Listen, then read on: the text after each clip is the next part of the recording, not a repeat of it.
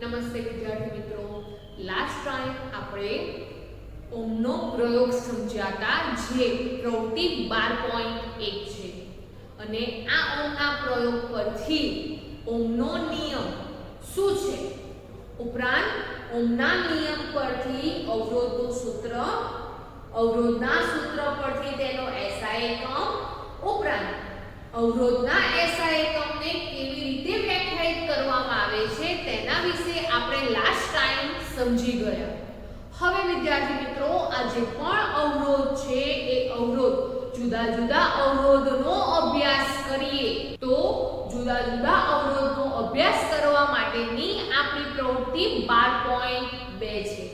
હવે આ જે પણ 12.2 પ્રવૃત્તિ છે એમાં પણ એક પ્રયોગ કરવામાં આવે છે અને આ પ્રયોગમાં કયા કયા સાધનોનો ઉપયોગ કરવામાં આવે છે તો વિદ્યાર્થી મિત્રો, અહીંયા આપણી જે પ્રવૃત્તિ 12.2 છે એ પ્રવૃત્તિ 12.2 માં વપરાતા જે સાધનો છે એ સાધનોમાં 1.5 વોલ્ટના 4 સૂકા કોષ લેવામાં આવ્યા છે, એટલે કે 1.5 વોલ્ટના 4 વિદ્યુત કોષ લેવામાં આવ્યા છે અને આ જે વિદ્યુત કોષ છે એ વિદ્યુત કોષ ચારે જુદા જુદા લેવામાં આવ્યા નથી, પરંતુ અહીંયા ચારે વિદ્યુત કોષનું સંયોજન લેવામાં આવે છે જેથી તેને બેટરી તરીકે પણ ઓળખી શકીએ છીએ. ત્યારબાદ નિક્રોમ તાર, એક ટોર્ચ બલ્બ, 10 વોટનો બલ્બ, એમીટર અને કળ જેવા સાધનોનો ઉપયોગ કરવામાં આવે છે. હવે આ જે પણ સાધનો છે એ સાધનોને કેવી રીતે ગોઠવવામાં આવે છે તો વિદ્યાર્થી મિત્રો, અહીંયા આ જે પણ સાધનો છે એ સાધનોની ગોઠવણી અહીંયા આ જે આકૃતિ છે એ આકૃતિ પ્રમાણે કરવામાં આવે છે, એટલે કે આકૃતિમાં દર્શાવ્યા મુજબ જે સાધનો છે એ સાધનોની ગોઠવણી કરવામાં આવે છે અને વિદ્યુત પરિપથ બનાવવામાં આવે છે. જે માટે આ જે પણ એમીટર, બેટરી અને કળ જેવા જે સાધનો છે એ સાધનોની ગોઠવણી કરવા માટે એક વાહક તાર લેવામાં આવે છે. તો એ વાહક તારની સાથે શ્રેણીમાં એમીટર, બેટરી અને કળનું જોડાણ કરવામાં આવે છે. કળ એટલે કે સ્વિચ. આ ઉપરાંત વિદ્યાર્થી મિત્રો, અહીંયા આ આકૃતિમાં x અને y બે છેડા જોવા મળે છે જે વાહક તારના બે છેડા છે. આ ઉપરાંત આ જે પણ વાહક તાર છે એ વાહક તારમાં જુદા જુદા વિદ્યુત ઘટકોને આપણે જોડીને વિદ્યુત પરિપથ તૈયાર કરી દીધું છે, પરંતુ વિદ્યાર્થી મિત્રો, અહીંયા આ જે x અને y બે છેડા છે એ બંને છેડાની વચ્ચે આપણને ખાલી જગ્યા જોવા મળે છે, એટલે કે જે વિદ્યુત પરિપથ છે એ વિદ્યુત પરિપથ ખુલ્લો છે, જેથી કરીને વિદ્યુત પ્રવાહ પસાર થઈ શકતો નથી. વિદ્યુત પ્રવાહ ક્યારે પસાર થાય છે તો વિદ્યુત પ્રવાહ જ્યારે બંધ પરિપથ હોય છે તે દરમિયાન જ પસાર થતો જોવા મળે છે. તો વિદ્યાર્થી મિત્રો, અહીંયા આ આકૃતિમાં આપણે જે સ્વિચ છે એ સ્વિચ ચાલુ કરીએ તો બેટરીના ધન છેડા તરફથી વિદ્યુત પ્રવાહ પસાર થાય છે, બેટરીના ઋણ છેડા સુધી આવે છે, પરંતુ જ્યારે અહીંયા આ પરિપથમાં આપણે સ્વિચ ચાલુ કરીએ છીએ તે દરમિયાન બેટરીનો જે ધન છેડો છે એ ધન છેડામાંથી વિદ્યુત પ્રવાહ એમીટરમાં આવે છે અને એમીટરમાંથી જે વાહક તાર છે એ વાહક તારના x છેડા સુધી આવે છે, પરંતુ વિદ્યાર્થી મિત્રો, એ વિદ્યુત પ્રવાહ y છેડા સુધી પહોંચતો નથી. કેમ? કારણ કે x પછીનો જે વિદ્યુત પરિપથનો માર્ગ છે એ ખુલ્લો છે, જે વિદ્યુતનું વહન કરી શકતો નથી, જેથી કરીને વિદ્યુત પ્રવાહ પસાર થઈ શકતો નથી. પરંતુ અહીંયા આપણે વિદ્યુત પ્રવાહ પસાર કરવો છે તો તેના માટે આપણે x અને y વચ્ચે જે ખાલી જગ્યા છે, જે ખુલ્લો માર્ગ છે તેને આપણે બંધ કરવો જોઈએ. તો અહીંયા ખુલ્લા માર્ગમાં આપણે કયા સાધનનું જોડાણ કરીશું તો વિદ્યાર્થી મિત્રો, અહીંયા આપણે અવરોધમાં 3 સાધનો લીધેલા છે. તો એક છે નિક્રોમ તાર, બીજા નંબરે છે 10 વોટનો બલ્બ અને ત્રીજા નંબરે લીધેલો છે ટોર્ચ બલ્બ. અહીંયા ત્રણ સાધનો લીધેલા છે, એ ત્રણેય સાધનોને વારાફરતી x અને y ની વચ્ચે જે ખુલ્લો માર્ગ છે એ ખુલ્લા માર્ગમાં જોડવામાં આવે છે. તો સૌથી પહેલા શું કરવામાં આવે છે? તો સૌથી પહેલા આકૃતિમાં દર્શાવ્યા પ્રમાણે વિદ્યુત પરિપથ તૈયાર કરવામાં આવે છે અને x અને y છેડાની વચ્ચે જે ખુલ્લો માર્ગ છે એ માર્ગમાં સૌપ્રથમ જે નિક્રોમ તાર છે એ નિક્રોમ તારનું જોડાણ કરવામાં આવે છે. તો સૌથી પહેલા જ્યારે આપણે નિક્રોમ તારનું જોડાણ કરીએ છીએ ત્યારે શું થશે? તો જ્યારે નિક્રોમ તારનું જોડાણ કરવામાં આવે છે તે દરમિયાન અહીંયા જે કળ છે એ કળ ખુલ્લી કરવામાં આવે છે, એટલે કે સ્વિચ ચાલુ કરવામાં આવે છે. હવે આપણને ખબર છે સ્વિચ ચાલુ કરીશું એટલે બેટરીમાંથી સરળતાથી વિદ્યુત પ્રવાહ પસાર થાય છે. તો જ્યારે પણ આપણે જે કળ એટલે કે સ્વિચ ચાલુ કરીએ છીએ તે દરમિયાન બેટરીમાંથી વિદ્યુત પ્રવાહ ધન છેડાથી ઋણ છેડા તરફ ગતિ કરે છે. હવે વિદ્યાર્થી મિત્રો અહીંયા સૌપ્રથમ આપણે શું જોયું છે? તો સૌપ્રથમ આપણે નિક્રોમ તારનું જોડાણ કર્યું છે. એટલે જ્યારે પણ સ્વિચ ચાલુ કરીએ છીએ ત્યારે શું થાય છે? તો જે વિદ્યુત પ્રવાહ છે એ વિદ્યુત પ્રવાહ સરળતાથી એમીટરમાંથી x છેડામાંથી જે નિક્રોમ તાર છે એ નિક્રોમ તારમાંથી પસાર થાય છે. તો આમ આ જે પણ વિદ્યુત પરિપથ છે એ બંધ થઈ જાય છે અને બંધ થવાને કારણે આખા વિદ્યુત પરિપથમાં વિદ્યુત પ્રવાહનું વહન થતું જોવા મળે છે. ત્યારબાદ વિદ્યાર્થી મિત્રો હવે શું કરીશું? તો જ્યારે પણ વિદ્યુત પ્રવાહ પસાર થાય છે અને જે વખતે આપણે નિક્રોમ તારનું જોડાણ કરીએ છીએ તે દરમિયાન અહીંયા જે a મીટર છે એ મીટરમાં કેટલો વિદ્યુત પ્રવાહ પસાર થાય છે તેનું અવલોકન કરવામાં આવે છે.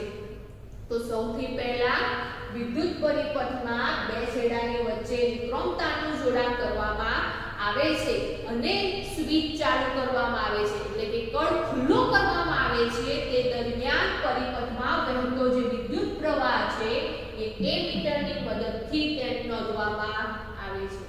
ત્યારબાદ શું કરીશું? તો ત્યારબાદ અહીંયા જે નિક્રોમ તાર છે એ નિક્રોમ તારની જગ્યાએ હવે આપણે શાનું જોડાણ કરીશું? તો હવે આપણે જે 10 વોટનો બલ્બ છે એ બલ્બનું જોડાણ કરીશું. તો જ્યારે નિક્રોમ તાર કાઢીને ફરી આપણે જે 10 વોટનો બલ્બ છે એ બલ્બનું જોડાણ કરીએ છીએ અને ફરી કળ છે એ કળ ચાલુ કરીએ છીએ, એટલે કે સ્વિચ ચાલુ કરીએ છીએ ત્યારે શું થશે? તો ત્યારે પણ વિદ્યુત પ્રવાહ પરિપથમાંથી બેટરીમાંથી એમીટરમાંથી x છેડામાંથી જે બલ્બ છે એ બલ્બમાંથી y છેડા પર અને y છેડામાંથી પસાર થઈને સ્વિચમાંથી બેટરી સુધી આવે છે. એટલે અહીંયા પણ જે બલ્બનું જોડાણ કરીએ છીએ ત્યારે પણ વિદ્યુત પરિપથ કેવો થઈ જાય છે? બંધ થઈ જાય છે. અને જ્યારે 10 વોટના બલ્બનું જોડાણ કરીએ છીએ પરિપથમાં તે દરમિયાન જે વિદ્યુત પ્રવાહ છે એ વિદ્યુત પ્રવાહ કેટલો પસાર થાય છે એ મીટરની મદદથી નોંધવામાં આવે છે. પરંતુ વિદ્યાર્થી મિત્રો અહીંયા આપણે જ્યારે નિક્રોમ તાર કાઢી દઈએ છીએ તે દરમિયાન જે કળ છે એટલે કે જે સ્વિચ છે એ સ્વિચ બંધ કરીને નિક્રોમ તારને બદલવામાં આવે છે. તો વિદ્યાર્થી મિત્રો જ્યારે નિક્રોમ તાર 10 વોટ બલ્બ ટોર્ચ બલ્બ નું જોડાણ કરવામાં આવે છે ત્યારે જોડાણ કર્યા પછી સ્વિચ ચાલુ કરવામાં આવે છે, પરંતુ જે દરમિયાન જોડાણ કરવાનું હોય તે દરમિયાન જે કળ છે એટલે કે જે સ્વિચ છે એ સ્વિચ બંધ કરવી જરૂરી છે. તો આમ જ્યારે આપણે નિક્રોમ તાર નીકાળીએ છીએ અને જે 10 વોટનો બલ્બ છે એનું જોડાણ કરીએ છીએ તે દરમિયાન જે કળ છે જે સ્વિચ છે એ કેવી હશે? તો તે દરમિયાન કળ અથવા તો સ્વિચ બંધ જોવા મળે છે. હવે જોડાણ કર્યા પછી સ્વિચ ચાલુ કરવામાં આવે છે અને ચાલુ કર્યા પછી ઉત્પન્ન થતો જે વિદ્યુત પ્રવાહ છે એ વિદ્યુત પ્રવાહનું અવલોકન મીટર દ્વારા કરવામાં આવે છે. ત્યારબાદ ફરી જે કળ અને સ્વિચ છે એને બંધ કરી દેવામાં આવે છે. બંધ કર્યા પછી આ જે પણ 10 વોલ્ટ બલ્બ છે એને કાઢી દેવામાં આવે છે અને એ કાઢ્યા પછી જે ટોર્ચ બલ્બ છે એ ટોર્ચ બલ્બનું જોડાણ કરવામાં આવે છે. તો જ્યારે ટોર્ચ બલ્બનું જોડાણ કરવામાં આવે છે ત્યારે શું થાય છે? તો જ્યારે ટોર્ચ બલ્બનું જોડાણ થઈ ગયા પછી જે સ્વિચ છે કળ છે એને ફરી ચાલુ કરવામાં આવે છે. જ્યારે ચાલુ કરીએ છીએ એટલે વિદ્યુત પરિપથમાં વિદ્યુત પ્રવાહનું વહન થાય છે અને ઉત્પન્ન થતો જે વિદ્યુત પ્રવાહ છે એ વિદ્યુત પ્રવાહનું અવલોકન ફરી એમીટરની મદદથી નોંધવામાં આવે છે. તો આમ અહીંયા આપણે જે વાહક તાર છે એ વાહક તાર x અને y બે છેડાની વચ્ચે જુદા જુદા સાધનો જેવા કે નિક્રોમ તાર, 10 વોટનો બલ્બ, ટોર્ચ બલ્બ નું જોડાણ કરીને જે વિદ્યુત પ્રવાહ છે એ વિદ્યુત પ્રવાહના મૂલ્યનું અવલોકન એમીટરની મદદથી કરવામાં આવે છે. તો વિદ્યાર્થી મિત્રો આપણને શું અવલોકન પ્રાપ્ત થાય છે? તો આ જે પણ એમીટર છે એ એમીટર દ્વારા આપણે જે વિદ્યુત પ્રવાહનું અવલોકન નોંધ્યું છે એ વિદ્યુત પ્રવાહનું મૂલ્ય આપણને ત્રણ સાધન વખતે જુદું જુદું પ્રાપ્ત થાય છે. તો કેમ આવું થાય છે? તો વિદ્યાર્થી મિત્રો અહીંયા અમુક જે વિદ્યુત ઘટક છે અથવા તો અમુક જે સાધનો છે એ સાધનોમાંથી વિદ્યુત પ્રવાહ સરળતાથી પસાર થઈ શકે છે. ઉદાહરણ તરીકે જ્યારે નિક્રોમ તાર છે એ નિક્રોમ તારનું જોડાણ કરીએ છીએ. હવે નિક્રોમ તાર એક પ્રકારનો વાહક તાર છે જેમાંથી સરળતાથી વિદ્યુત પ્રવાહ પસાર થઈ શકે છે. તો જ્યારે નિક્રોમ તારનું જોડાણ કરીએ છીએ ત્યારે વિદ્યુત પ્રવાહ સરળતાથી પસાર થઈ શકે છે. પરંતુ જ્યારે 10 વોટનો બલ્બ કે પછી ટોર્ચ બલ્બ નું જોડાણ કરીએ છીએ તે દરમિયાન જે વિદ્યુત પ્રવાહ છે એ વિદ્યુત પ્રવાહ અવરોધાય છે. એટલે કે આ જે પણ 10 વોટનો બલ્બ કે ટોર્ચ બલ્બ છે એ ઉત્પન્ન થતો જે વિદ્યુત પ્રવાહ છે એ વિદ્યુત પ્રવાહને અવરોધે છે. જેથી કરીને એમીટરમાં આવતા જે પણ મૂલ્યો છે એ આપણને કેવા મળે છે? જુદા જુદા મળે છે. તો વિદ્યાર્થી મિત્રો આપણને આ પ્રયોગ પરથી શું અવલોકન કરી શકીએ છીએ? તો આ પ્રયોગ પરથી જે જુદા જુદા ઘટકો છે એ જુદા જુદા ઘટકોનું અવલોકન કેવું જોવા મળે છે? જુદું જુદું જોવા મળે છે. શા માટે? તો કેટલાક ઘટકો વિદ્યુત પ્રવાહને સરળતાથી પસાર થવા દે છે તો કેટલાક ઘટકો વિદ્યુત પ્રવાહના વહનને અવરોધે છે. તો આ પરથી શું નિર્ણય કરી શકીએ છીએ? તો આ પરથી આપણે એવો નિર્ણય કરી શકીએ કે જે વિદ્યુત પ્રવાહનું મૂલ્ય છે એ વિદ્યુત પ્રવાહનું મૂલ્ય અવરોધ પર આધાર રાખે છે. તો વિદ્યાર્થી મિત્રો લાસ્ટ ટાઈમ આપણે વિદ્યુત પ્રવાહનું મૂલ્ય કોની પર આધાર રાખે છે તેના વિશે સમજી ગયા છીએ કે જે વિદ્યુત પ્રવાહ છે એ વિદ્યુત પ્રવાહ વિદ્યુત સ્થિતિમાનના તફાવત પર ઉપરાંત અવરોધ પર આધાર રાખે છે. તો આ પ્રવૃત્તિ 12.2 પરથી પણ આપણે કહી શકીએ કે જે વિદ્યુત પ્રવાહ છે એ વિદ્યુત પ્રવાહનું મૂલ્ય અવરોધ પર આધાર રાખે છે. એટલે કે વિદ્યુત પરિપથમાં જો અવરોધનું જોડાણ કરવામાં આવે છે તે દરમિયાન જે વિદ્યુત પ્રવાહ છે એ વિદ્યુત પ્રવાહનું વહન છે એ અવરોધાય છે અને અવરોધવાને કારણે વિદ્યુત પ્રવાહનું મૂલ્ય કેવું જોવા મળે છે? ઓછું જોવા મળે છે. તો આમ વિદ્યાર્થી મિત્રો અવરોધ કોને કહેવામાં આવે છે? તો વિદ્યુત પરિપથમાં વહન થતા જે વિદ્યુત ભારનું વહન છે એ વિદ્યુત ભારના વહનની ગતિને અવરોધે છે. જે ઘટક દ્વારા વિદ્યુત પરિપથમાં જે પણ ઘટક દ્વારા જે વિદ્યુત ભારના વહનની ગતિને અવરોધે છે જેથી કરીને વિદ્યુત પ્રવાહ પણ અવરોધાય છે તેવા ઘટકને શું કહીશું? તેવા ઘટકને અવરોધ તરીકે ઓળખવામાં આવે છે. તો આમ આ પરથી આપણે કહી શકીએ કે વિદ્યુત પ્રવાહનું મૂલ્ય અવરોધ પર આધાર રાખે છે. આ ઉપરાંત વિદ્યાર્થી મિત્રો આ જે પણ પ્રવાહ છે એ પ્રવાહ જુદા જુદા અવરોધોમાં જુદું જુદું મૂલ્ય આપે છે. તો જે પણ વાહક છે એ વાહક પ્રવાહને ઓછો અવરોધે છે.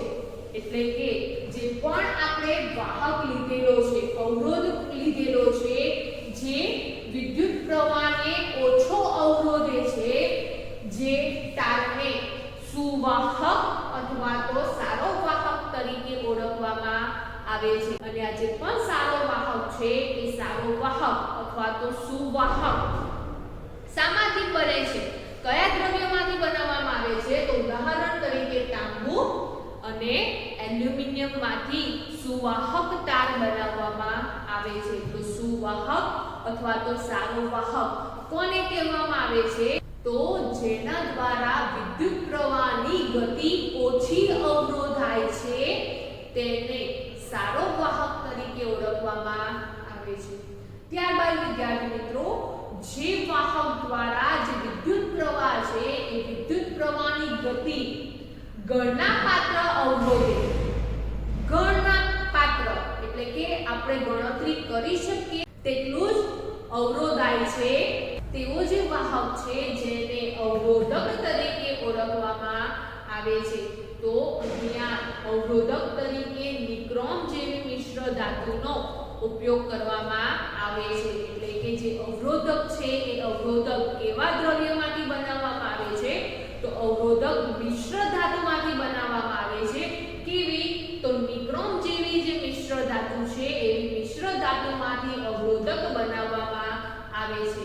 ત્યારબાદ વિદ્યાર્થી મિત્રો, આ જે પણ પરિપથ છે એ પરિપથમાં જે વાહક છે એ વાહક વિદ્યુત પ્રવાહની ગતિને વધુ પ્રમાણમાં અવરોધે,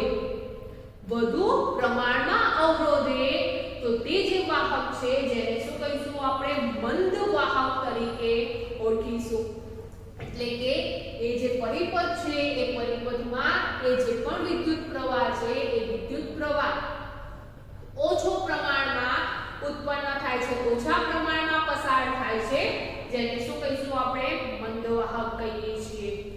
આ ઉપરાંત વિદ્યાર્થી મિત્રો કે આ જે પણ વિદ્યુત પરિપથ છે એ વિદ્યુત પરિપથમાં જે વાહક છે એ વાહક વિદ્યુત પ્રવાહની ગતિને મોટા પ્રમાણમાં અવરોધે, સૌથી વધારે પ્રમાણમાં અવરોધે તેવા વાહકને અવાહક તરીકે ઓળખવામાં આવે છે. તો આમ અવરોધ પરથી પણ જે તે વાહક છે એ વાહકના પ્રકાર જોવા મળે છે. સુવાહક એટલે કે સારો વાહક વિદ્યુત પ્રવાહની ગતિને ઓછી અવરોધે છે. ત્યારબાદ અવરોધક, તો ગણના પાત્ર વિદ્યુત પ્રવાહની ગતિને અવરોધે છે. ત્યારબાદ મંદ વાહક વિદ્યુત પ્રવાહની ગતિને વધુ પ્રમાણમાં અવરોધે છે. અને લાસ્ટ અવાહક, તો વિદ્યુત પ્રવાહની ગતિને સૌથી વધુ પ્રમાણમાં અવરોધે છે. શાને કારણે? તો અગાઉ આપણે સમજી ગયા છે કે જે અવાહક છે એ અવાહકમાં મુક્ત ઇલેક્ટ્રોન્સ જોવા મળતા નથી અને મુક્ત ઇલેક્ટ્રોન્સની ગતિને કારણે વિદ્યુત પ્રવાહનું વહન થતું જોવા મળે છે. તો આમ જે સુવાહક કે સારો વાહક છે એમાં મુક્ત ઇલેક્ટ્રોન્સની સંખ્યા વધુ પ્રમાણમાં જોવા મળે છે, જેથી કરીને વિદ્યુત પ્રવાહનું વહન સરળતાથી થઈ શકે છે અને વિદ્યુત પ્રવાહની ગતિ ઓછી અવરોધાય છે. જ્યારે અવાહકમાં મુક્ત ઇલેક્ટ્રોન્સ જોવા મળતા નથી, જેથી કરીને વિદ્યુત પ્રવાહનું વહન થઈ શકતું નથી, જેથી જે વિદ્યુત પ્રવાહ છે એ વિદ્યુત પ્રવાહની ગતિને સૌથી વધુ પ્રમાણમાં અવરોધે છે.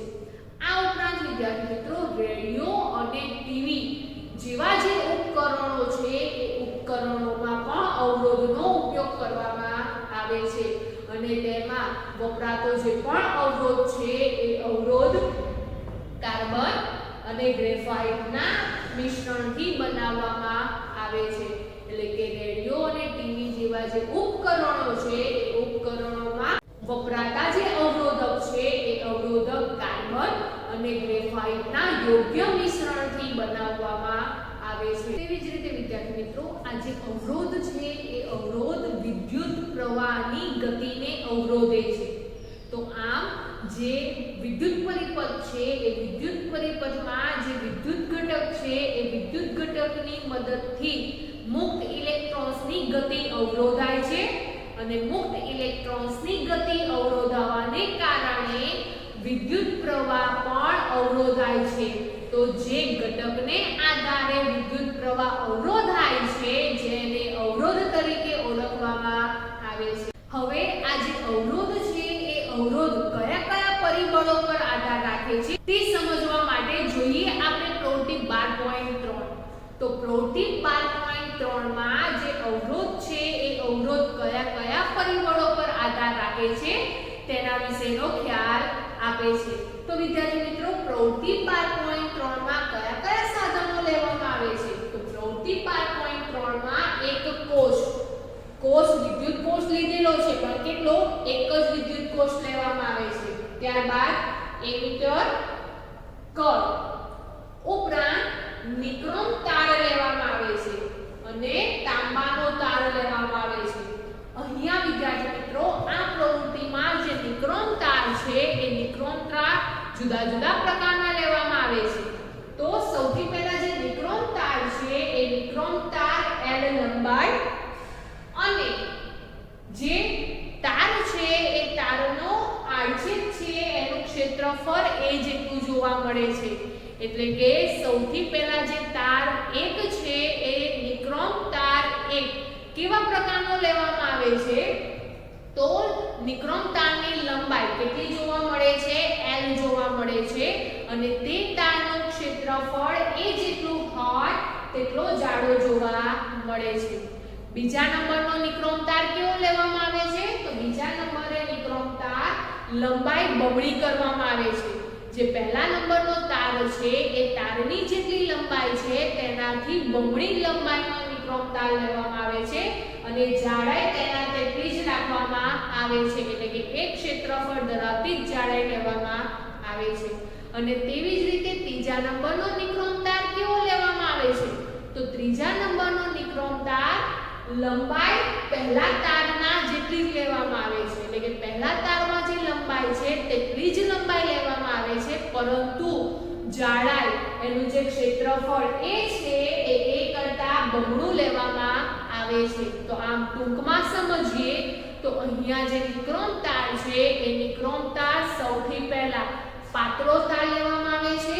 બીજા નંબરમાં પહેલા તારની સરખામણીમાં એ તાર લંબાઈ વધી જાય છે અને ત્રીજા નંબરના તારમાં જાડાઈ વધેલી જોવા મળે છે. તો આમ આવા પ્રકારના 3 નિક્રોમ તાર લેવામાં આવે છે. ઉપરાંત ચોથા નંબરનો તાર તાંબાનો તાર છે જે L લંબાઈ અને એક ક્ષેત્રફળ જેટલો જાડો જોવા મળે છે. તો અહીંયા આ પ્રવૃત્તિમાં આપણે 4 જુદા જુદા પ્રકારના તાર લેવામાં આવ્યા છે. હવે વિદ્યાર્થી મિત્રો અહીંયા આ જે સાધનો છે એ સાધનોનું જોડાણ કેવી રીતે કરવામાં આવશે? તો અહીંયા આ જે પણ સાધનો છે એ સાધનોનું જોડાણ આકૃતિમાં દર્શાવ્યા પ્રમાણે કરવામાં આવે છે. અહીંયા આ જે આકૃતિ છે એ આકૃતિમાં જે પરિપથ છે એ પરિપથમાં કળ કે ત્યારબાદ એમીટર અને એક વિદ્યુત કોષ નું જોડાણ કરવામાં આવેલ છે.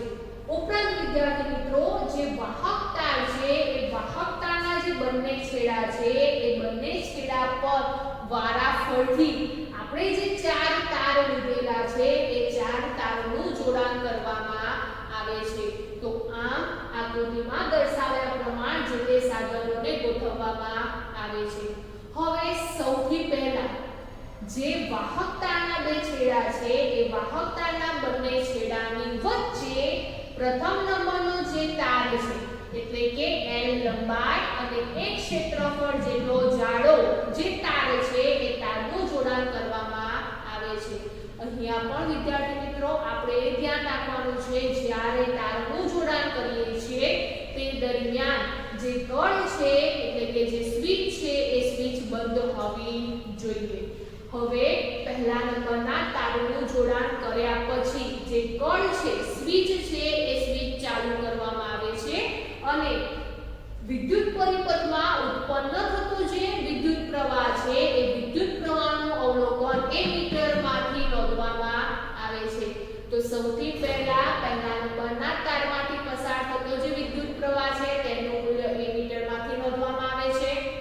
ત્યારબાદ ફરી જે કળ છે એટલે કે સ્વિચ છે એ બંધ કરી દેવામાં આવે છે અને બંધ કર્યા પછી જે પહેલા નંબરનો તાર છે એ પહેલા નંબરના તારની જગ્યાએ બીજા નંબરના તારનું જોડાણ કરવામાં આવે છે અને બીજા નંબરનો તાર કયો છે તો બીજા નંબરનો તારમાં લંબાઈ છે કેવી જોવા મળે છે બમણી જોવા મળે છે જ્યારે જાડાઈ તેટલી જ જોવા મળે છે તો જ્યારે બીજા નંબરના તારનું જોડાણ કર્યા પછી જે કળ છે સ્વિચ છે તેને ચાલુ કરવામાં આવે છે અને ચાલુ કર્યા પછી પણ એ વિદ્યુત પરિપથમાં ઉત્પન્ન થતો જે વિદ્યુત પ્રવાહ છે તેનું મૂલ્યનું અવલોકન એમીટરમાંથી નોંધવામાં આવે છે ત્યારબાદ ફરી કળ એટલે કે સ્વિચ બંધ કરવામાં આવે છે બંધ કર્યા પછી બીજા તારની જગ્યાએ જે ત્રીજા નંબરનો તાર છે તેનું જોડાણ કરવામાં આવે છે અને ત્રીજા નંબરના તાર કયો છે તો n લંબાઈ પહેલા તારની જેટલી જ છે પરંતુ જાડાઈ કેવી જોવા મળે છે પહેલા તારની સરખામણીમાં બમણી જોવા મળે છે તેવા તારનું જોડાણ કરવામાં આવે છે તો જ્યારે ત્રીજા નંબરના તારનું જોડાણ કર્યા પછી જ્યારે આપણે કળ ચાલુ કરીએ છીએ તે દરમિયાન વિદ્યુત પ્રવાહનું અવલોકન એમીટરમાંથી નોંધવામાં આવે છે અને તેવી જ રીતે જ્યારે ચોથા નંબરના તારનું જોડાણ કરવામાં આવે છે ત્યારે કળ બંધ કરવામાં આવે છે અને કળ બંધ કર્યા પછી જે ચોથા નંબરનો તાર છે એ ચોથા નંબરના તારનું જોડાણ કરવામાં આવે છે અને આ ચોથા નંબરનો તાર કયો છે તો ચોથા નંબરનો તાર તાંબાનો તાર છે જેની લંબાઈ l અને જાડાઈ એક ક્ષેત્રફળ જેટલી જોવા મળે છે તે દરમિયાન પણ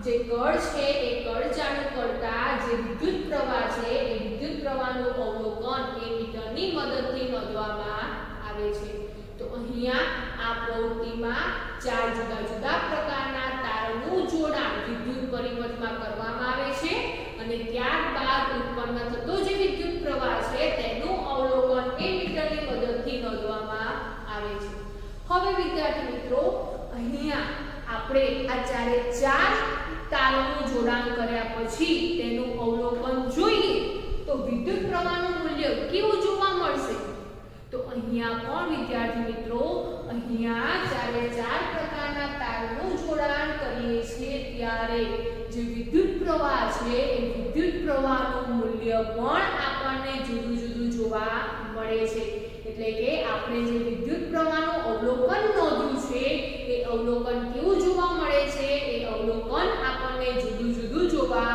મળે છે કેટલું જોવા મળે છે તો વિદ્યાર્થી મિત્રો તાર 1 માં જે વિદ્યુત પ્રવાહ પસાર થાય છે એ વિદ્યુત પ્રવાહ I જેટલો પસાર થતો જોવા મળે છે ઉદાહરણ તરીકે એમીટરમાં I જેટલો વિદ્યુત પ્રવાહ પસાર થાય છે ક્યારે જ્યારે તાર 1 નું જોડાણ કરીએ છીએ ત્યારે તો અવલોકન પરથી આપણે કહી શકીએ કે તાર 1 માં વિદ્યુત પ્રવાહ I જેટલો વહે છે ત્યારબાદ બીજા નંબરના તારમાં કેટલો વિદ્યુત પ્રવાહ પસાર થાય છે તો બીજા નંબરના તારમાં જે વિદ્યુત પ્રવાહ છે એ I કરતા અડધો જોવા મળે છે એટલે કે જ્યારે લંબાઈ બમણી કરવામાં આવે છે ત્યારે તેવા તારમાંથી પસાર થતો જે વિદ્યુત પ્રવાહ છે એ કેટલો જોવા મળે તો બીજા નંબરના તારમાં પસાર થતો વિદ્યુત પ્રવાહ I કરતા અડધો જોવા મળે છે તેવી જ રીતે ત્રીજા નંબરના તારમાં ઉત્પન્ન થતો જે વિદ્યુત પ્રવાહ છે એ I કરતા બમણો જોવા મળે છે તો ત્રીજા નંબરનો તાર એટલે કે જ્યારે ક્ષેત્રફળ જાડાઈ વધારવામાં આવે છે ત્યારે વિદ્યુત પ્રવાહ કેવો જોવા મળે છે બમણો જોવા મળે છે અને તેવી જ રીતે વિદ્યાર્થી મિત્રો ચોથા નંબરના તારનું જોડાણ કરીએ છીએ તે દરમિયાન વિદ્યુત પ્રવાહ I કરતા પણ વધારે પસાર થતો જોવા મળે છે તો આમ ચાર તારમાંથી વિદ્યુત પ્રવાહનું મૂલ્ય આપણને જુદું જુદું જોવા મળે છે તો વિદ્યાર્થી મિત્રો અહીંયા આ અવલોકનો પરથી શું નિર્ણય કરી શકીએ છીએ તો આ અવલોકનો પરથી આપણે એટલું કહી શકીએ કે આ જે પણ અવરોધ તરીકે આપણે તાર લીધેલા છે એટલે કે જે અવરોધ છે એ અવરોધ પદાર્થના પ્રકાર પર આધાર રાખે છે. તો આમ આ પ્રયોગના અવલોકન પરથી નિર્ણય કરી શકાય કે વાહકનો અવરોધ તેના દ્રવ્યના પ્રકાર પર આધાર રાખે છે. એટલે કે સૌથી પહેલા જે અવરોધ છે એ અવરોધ દ્રવ્યની લંબાઈ એટલે કે જે પદાર્થ છે એ પદાર્થની લંબાઈ પર આધાર રાખે છે. લંબાઈ પર આધાર રાખે છે. કેવી રીતે? તો જે તે અવરોધ છે એ અવરોધ જે દ્રવ્ય છે જે પદાર્થ છે એ પદાર્થની લંબાઈના સમપ્રમાણમાં જોવા મળે છે. તો સૌથી પહેલા અવરોધ દ્રવ્યની લંબાઈ પર આધાર રાખે છે એટલે કે લંબાઈના સમપ્રમાણમાં જોવા મળે છે. બીજા નંબરે એ જે અવરોધ છે એ અવરોધ દ્રવ્યની જે જાડાઈ છે એટલે કે આડછેદનું જે ક્ષેત્રફળ છે તેની પર પણ આધાર રાખે છે. તો આમ જે તે અવરોધ છે એ અવરોધ તેના જે દ્રવ્ય છે એટલે કે જે પદાર્થ છે એ પદાર્થના આડછેદનું જે ક્ષેત્રફળ છે તેના વ્યસ્ત પ્રમાણમાં જોવા મળે છે. એટલે કે r ચલે છે 1/a જે ક્ષેત્રફળ છે એના વ્યસ્ત પ્રમાણમાં જે અવરોધ છે એ અવરોધ જોવા મળે છે. અને તેવી જ રીતે નિક્રોમ તારની જગ્યાએ જ્યારે તાંબાના તારનો ઉપયોગ કરીએ છીએ તે દરમિયાન જે તાંબુ છે એ તાંબુ નિક્રોમ કરતા સારું સુવાહક કહેવામાં આવે છે જેને દ્રવ્યની જાત તરીકે ઓળખવામાં આવે છે. તો આમ જે તે અવરોધ છે એ અવરોધ દ્રવ્યના પ્રકાર એટલે કે દ્રવ્યની લંબાઈ દ્રવ્યના આડછેદનું ક્ષેત્રફળ અને દ્રવ્યની જાત પર આધાર રાખે છે. તો આમ વિદ્યાર્થી મિત્રો આ પ્રવૃત્તિ પરથી જે તે વાહકનો અવરોધ છે એ વાહકનો અવરોધ જુદા જુદા પરિબળો પર આધાર રાખે છે તેમ કહી શકાય. તો અહીંયા આ પ્રવૃત્તિ પરથી તમને એક પ્રશ્ન પૂછવામાં આવે કે વિદ્યુત પરિપથમાં અવરોધ તરીકે એક સમાન લંબાઈનો બે તાર લેવામાં આવે છે. લંબાઈ કેવી છે? સમાન છે, પરંતુ એક પાતળો તાર છે અને બીજો જાડો તાર છે. એટલે કે તેનું જે ક્ષેત્રફળ છે એ ક્ષેત્રફળ જુદું જુદું જોવા મળે છે. તો કયા તારમાંથી વિદ્યુત પ્રવાહ સરળતાથી પસાર થઈ શકે? શા માટે? તો વિદ્યાર્થી મિત્રો જ્યારે અવરોધ તરીકે પાતળો તાર લેવામાં આવે કે પછી જાડો તાર લેવામાં આવે બંનેમાંથી વધારે એટલે કે સરળતાથી વિદ્યુત પ્રવાહ જાડા તારમાંથી પસાર થશે. કોની સરખામણીમાં? તો પાતળા તારની સરખામણીમાં જે જાડો તાર છે એ જાડા તારમાંથી વિદ્યુત પ્રવાહનું વહન સરળતાથી થઈ શકે છે. શા માટે? તો વિદ્યાર્થી મિત્રો અહીંયા જે પણ અવરોધ છે એ અવરોધ આડછેદના ક્ષેત્રફળ પર આધાર રાખે છે. એટલે કે જે અવરોધ છે એ અવરોધ ક્ષેત્રફળના વ્યસ્ત પ્રમાણમાં જોવા મળે છે. એટલે કે ક્ષેત્રફળનું વ્યસ્ત કરવામાં આવે છે તે દરમિયાન જે અવરોધ છે એ અવરોધ ઓછો ઉત્પન્ન થાય છે, ઓછો જોવા મળે છે, જેને કારણે જાડા તારમાંથી વિદ્યુત પ્રવાહ સરળતાથી વહી શકે છે. તો આમ પાતળો તાર અને જાડા તારમાંથી વિદ્યુત પ્રવાહનું વહન જાડો તારમાંથી સરળતાથી થઈ શકે છે. તો આમ વિદ્યાર્થી મિત્રો પ્રવૃત્તિ 12.3 પરથી આપણે કહી શકીએ કે જે પણ વાહકનો અવરોધ r છે તેની લંબાઈ l, આડછેદનો ક્ષેત્રફળ a, ધાતુનો પ્રકાર અને તાપમાન પર આધાર રાખે છે.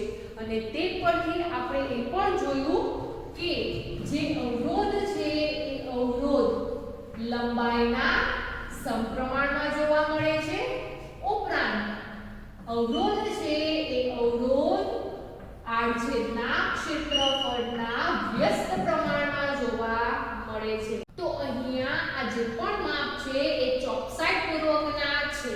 તો જેથી કરીને અહીંયા આ જે બંને માપ છે એ બંને માપને ભેગા કરવામાં આવે તો શું થશે?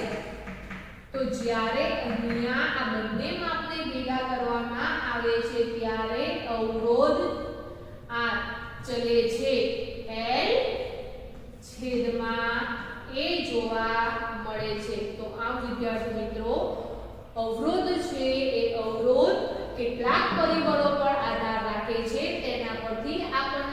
ચોકસાઈ માપ મળે છે કે અવરોધ લંબાઈના સમપ્રમાણમાં જોવા મળે છે, ઉપરાંત અવરોધ આડછેદના ક્ષેત્રફળના વ્યસ્ત પ્રમાણમાં જોવા મળે છે. અને આ બંને ચોકસાઈ પૂર્વકના જે માપ છે, બંને માપને જ્યારે ભેગા કરવામાં આવે છે ત્યારે આપણને સૂત્ર શું મળે છે? તો ત્યારે આપણને r ચલે છે L/A જોવા મળે છે. હવે વિદ્યાર્થી મિત્રો, અહીંયા જે ચલે છે એ ચલે છે ની નિશાની દૂર કરવી છે અને બરાબરની નિશાની મૂકવી છે. તો શું કરીશું? તો ચલે છે ની નિશાની દૂર કરીને બરાબરની નિશાની મૂકીએ છીએ ત્યારે અચળાંક લેવામાં આવે છે. તો અહીંયા અચળાંક કયો લઈશું? તો અહીંયા અચળાંક તરીકે રો, આ જે સંજ્ઞા છે એને શું કહેવામાં આવે છે? એને રો તરીકે લેવામાં આવે છે. તો અહીંયા સમપ્રમાણતાનો અચળાંક બરાબરની નિશાની મૂકીએ છીએ ત્યારે મૂકવામાં આવે છે અને સમપ્રમાણતાનો અચળાંક અહીંયા કયો લેવામાં આવે છે? તો અહીંયા રો લેવામાં આવે છે. તો આપણને અહીંયા જે r નું સૂત્ર શું મળે છે? તો r બરાબર રો L/A જોવા મળે છે. અહીંયા આ જે રો છે એ રો શું દર્શાવે છે? તો વિદ્યાર્થી મિત્રો, અહીંયા રો છે એ અચળાંક છે અને અચળાંક શું દર્શાવે છે? તો અહીંયા જે અચળાંક છે એ દ્રવ્યની વિદ્યુત અવરોધકતા દર્શાવે છે. તો અવરોધકતા કોને કહેવામાં આવે છે? તો અહીંયા જે રો છે એ રોને દ્રવ્યની અવરોધકતા તરીકે ઓળખવામાં આવે છે. હવે આ જે અવરોધકતા છે એ અવરોધકતાને સૂત્રનો કર્તા બનાવીએ તો આપણને અવરોધકતાનું સૂત્ર કેવું પ્રાપ્ત થશે? તો રોને સૂત્રનો કર્તા બનાવીએ તો a છેદમાં છે તો બરાબરની બીજી બાજુ ક્યાં જશે? અંશમાં જશે. અને l અંશમાં છે તો બરાબરની બીજી બાજુએ ક્યાં જશે? છેદમાં જશે. તો આપણને રોને સૂત્રનો કર્તા બનાવીએ ત્યારે આ પ્રમાણેનું સૂત્ર પ્રાપ્ત થાય છે RA/L. જે શાનું સૂત્ર છે? તો જે અવરોધકતા શોધવા માટેનું સૂત્ર છે. તો આ અવરોધકતાનું સૂત્ર આપણને પ્રવૃત્તિ 12.3 પરથી પ્રાપ્ત થતું જોવા મળે છે. હવે આ જે અવરોધકતા છે એ અવરોધકતાનો SI એકમ કેવી રીતે મેળવવામાં આવે છે? તો વિદ્યાર્થી મિત્રો, અગાઉ આપણે જેવી રીતે જે સૂત્ર છે એ સૂત્ર પરથી SI એકમ મેળવ્યા છે એવી જ રીતે અહીંયા પણ જે અવરોધકતા છે એ અવરોધકતાનો SI એકમ મેળવવામાં આવે છે. તો કેવી રીતે મેળવવામાં આવે છે? તો અહીંયા જે અવરોધ છે એ અવરોધનો SI એકમ લેવામાં આવે છે. અવરોધનો SI એકમ શું છે? તો અવરોધનો SI એકમ ઓમ છે, જેને ઓમેગા તરીકે ઓળખવામાં આવે છે. ત્યારબાદ ક્ષેત્રફળનો SI એકમ શું છે? તો ક્ષેત્રફળનો SI એકમ મીટર સ્ક્વેર જોવા મળે છે. અને તેવી જ રીતે છેદમાં લંબાઈ છે તો લંબાઈનો SI એકમ શું છે? તો લંબાઈનો SI એકમ મીટર જોવા મળે છે. તો આ એકમ આપણને આ પ્રમાણેના જોવા મળે. મીટર સ્ક્વેર છે એને આપણે જુદા પાડીએ તો મીટર ગુણ્યા મીટર તરીકે લખી શકીએ. તો અહીંયા જે અવરોધકતા છે એ અવરોધકતાનો SI એકમ આપણને શું મળે છે? તો આમ અવરોધકતાનો SI એકમ ઓમ મીટર જોવા મળે છે. આ ઉપરાંત વિદ્યાર્થીઓ, અહીંયા અવરોધકતાનું જે સૂત્ર છે એ અવરોધકતાના સૂત્રમાં આપણે ક્ષેત્રફળની જગ્યાએ આપણે 1 મૂકીએ અને લંબાઈની જગ્યાએ 1 મૂકીએ ત્યારે અવરોધકતા બરાબર અવરોધ જોવા મળે છે. તો આમ જ્યારે આ સૂત્રમાં ક્ષેત્રફળ અને લંબાઈ બરાબર 1 એકમ લેવામાં આવે છે ત્યારે આપણને રો એટલે કે અવરોધકતા બરાબર શું જોવા મળે છે? અવરોધ જોવા મળે છે. તો આ પરથી દ્રવ્યના અવરોધકની વ્યાખ્યા શું બને છે? તો દ્રવ્યના અવરોધકની વ્યાખ્યા આપણને એકમ લંબાઈ અને એકમ આડછેદનું ક્ષેત્રફળ ધરાવતા વાહકના અવરોધને વાહકના દ્રવ્યની અવરોધકતા તરીકે ઓળખવામાં આવે છે. આ જે પણ દ્રવ્યની અવરોધકતા છે એ દ્રવ્યની અવરોધકતા પણ કેટલાક પરિબળો પર આધારિત હોય છે. તો કયા કયા પરિબળો પર આધારિત હોય છે? તો વિદ્યાર્થી મિત્રો, દ્રવ્યની અવરોધકતા પણ જે દ્રવ્યના પ્રકાર છે એ દ્રવ્યના પ્રકાર, તાપમાન ઉપરાંત તેમના પર અમુક અંશે જે દબાણ લાગે છે તેના પર આધારિત જોવા મળે છે. તો આ વિદ્યાર્થી મિત્રો, તાપમાન વધતા જે ધાતુ પદાર્થો, અધાતુ પદાર્થો, અર્ધધાતુ પદાર્થો છે અથવા તો મિશ્ર પદાર્થો છે એમાં પણ જે દ્રવ્યની અવરોધકતા છે એ દ્રવ્યની અવરોધકતામાં પણ ફેરફાર થતો જોવા મળે છે. તો આમ તાપમાન વધારતા જે ધાતુ પદાર્થો છે એ ધાતુ પદાર્થોની અવરોધકતા વધે છે. તેવી જ રીતે જે મિશ્ર ધાતુ છે એ મિશ્ર ધાતુ તત્વો સાથે સરખામણી કરવામાં આવે છે ત્યારે જે મિશ્ર ધાતુ છે એ મિશ્ર ધાતુની અવરોધકતા ધીમે ધીમે વધે છે. કેમ? તો કારણ કે ધાતુ પદાર્થો કરતા જે મિશ્ર ધાતુ છે એ મિશ્ર ધાતુની અવરોધકતા 100 ગણી જોવા મળે છે. માટે મિશ્ર ધાતુની અવરોધકતા ધાતુ પદાર્થોની અવરોધકતા કરતા ધીમે ધીમે વધે છે.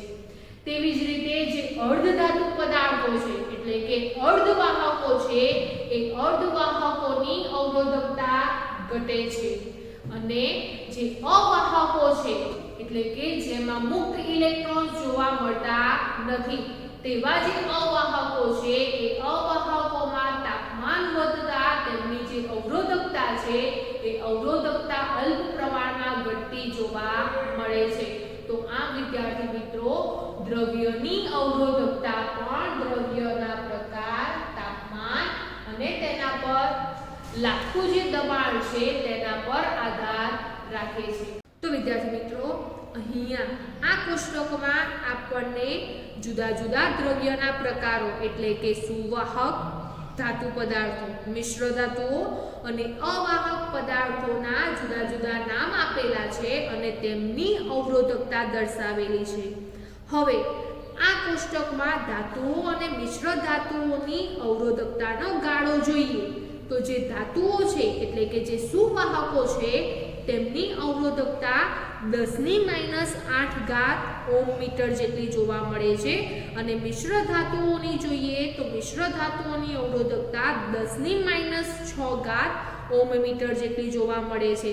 તો આમ સુવાહકો એટલે કે ધાતુઓ અને મિશ્ર ધાતુઓની અવરોધકતાનો ગાળો 10⁻⁸ થી 10⁻⁶ ઓહ્મ મીટર જેટલો છે.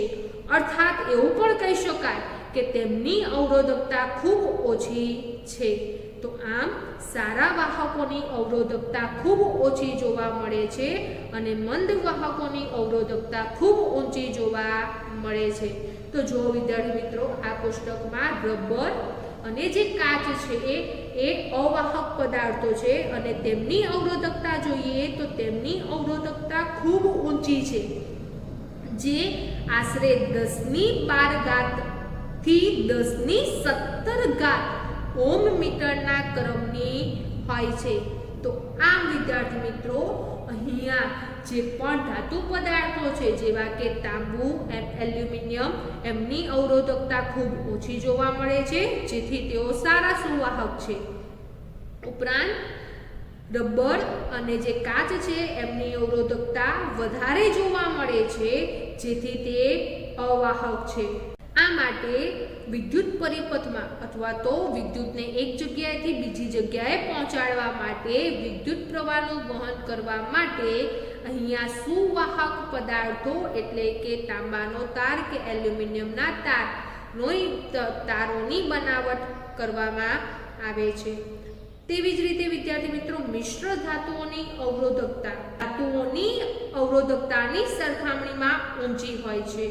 તો મિશ્ર ધાતુઓ ઊંચા તાપમાને ઓક્સિડાઇઝ એટલે કે દહન થતા નથી જેને કારણે આ જે પણ મિશ્ર ધાતુ છે એ મિશ્ર ધાતુનો ઉપયોગ વિદ્યુતનું ઉષ્મામાં રૂપાંતર કરતા જેવા સાધનો છે, જેવા કે ઇસ્ત્રી, હીટર, ટોસ્ટર વગેરેમાં થાય છે. અને અર્ધવાહકો સિલિકોન અને જર્મેનિયમની અવરોધકતા સુવાહકો અને અવાહકોની વચ્ચે જોવા મળે છે. તો તાપમાનના વધારાની સાથે તેમની અવરોધકતા ઘટે છે. આ ઉપરાંત વિદ્યાર્થી મિત્રો આપણે આ કોષ્ટક પરથી એમ પણ કહી શકીએ કે જેમ જેમ અવરોધકતા ઓછી હોય તે સારું સુવાહક છે અને જેની અવરોધકતા વધારે હોય તે અવાહક છે. તો આમ આ કોષ્ટકમાં લોખંડ અને પારાની વાત કરીએ તો લોખંડ અને પારામાંથી કયું વધારે સારું વાહક હશે? તો બંનેમાં વિદ્યાર્થી મિત્રો જો કોની અવરોધકતા સૌથી ઓછી છે? તો અહીંયા જે લોખંડ છે એ લોખંડની અવરોધકતા પારાની અવરોધકતા કરતાં કેવી છે? ઓછી છે. તો આમ લોખંડ છે એ લોખંડ પારા કરતાં વધારે સારું વાહક ગણાય છે. અને આ વાહકોમાં સૌથી શ્રેષ્ઠ વાહક કયું હશે? તો આ ધાતુ પદાર્થોમાં એટલે કે સુવાહકોમાં સૌથી શ્રેષ્ઠ વાહક જેની અવરોધકતા સૌથી ઓછી જોવા મળે. તો જો વિદ્યાર્થી મિત્રો અહીંયા ચાંદી છે એ ચાંદીની અવરોધકતા સૌથી ઓછી જોવા મળે છે, માટે સુવાહકોમાં ચાંદી સૌથી શ્રેષ્ઠ વાહક તરીકે ઓળખાય છે. તો આમ અહીંયા આ જે કોષ્ટક છે એ કોષ્ટકના મૂલ્યો યાદ રાખવાના નથી, પરંતુ આ મૂલ્યોનો ઉપયોગ દાખલાની ગણતરી કરતી વખતે કરવામાં આવે છે.